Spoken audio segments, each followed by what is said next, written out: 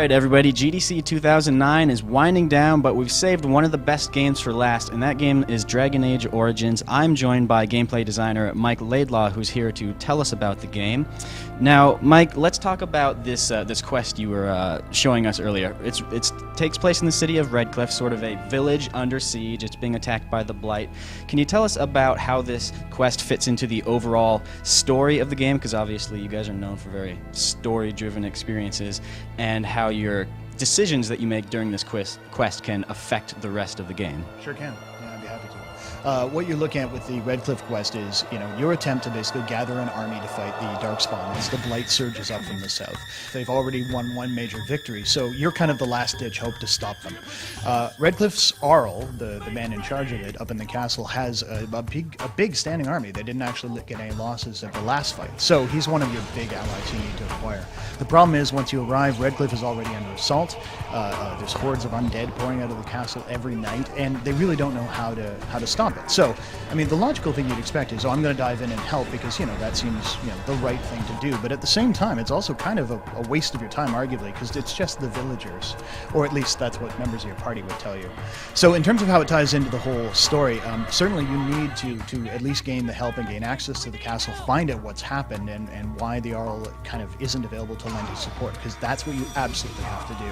Whether or not you defend the village is kind of up to you. I mean, it's possible to just say, I'm out of here, I'm not doing this thing. And then, of course, what we were demoing was followers kind of reacting to, like, this is a waste of time, what are you doing, right? And I mean, that's pretty poignant stuff when that happens.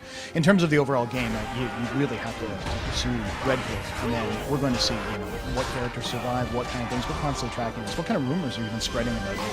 And of course, how do your followers feel at the end? Are they still happy to have you as their leader? Some of them might be pissed off.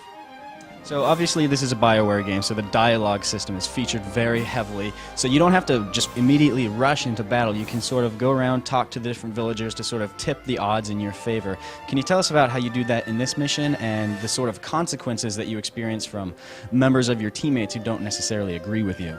There's a whole series of things you can do to set up Redcliffe to make sure the defense is really effective. Obviously you need to either be persuasive, or sometimes you end up having to pay people like mercenaries, that kind of stuff, in order to bring them in to say, okay, look, we need to hold this line.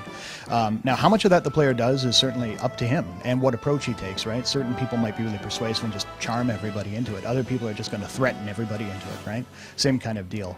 Now, with those kind of things, what you see is a direct increase in the effectiveness of the other defenders. And so, if the knights are inspired, if you've been, kind of rallied the troops with your speeches, if you've gotten better equipment, that was the one we demoed today, was, getting the blacksmith to actually help. Because he was like, I'm too drunk, I don't care, my daughter's gone, right? And it's like, well, you understand that. I mean, he's kind of in this fatalistic place. You want him to basically help out because, then you can go help his daughter.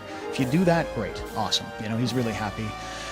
And the troops just increase in effectiveness. And then, of course, there's a reward at the end if you manage to get everybody through alive, which was the demo we saw. Some of the others earlier today, not everybody made it. In fact, the mayor didn't make it, the leader of the knights didn't make it, so some pretty serious casualties. And again, that affects later plots where you need those guys to help you out. Well, it looks really great. When should we expect to see it in stores? And I know we mentioned platforms just a second ago, but could you go ahead and summarize those for us? Sure, yeah. You'll be seeing it for the Xbox 360, the PS3, and the PC coming out in fall 2009. Mike, thanks a lot.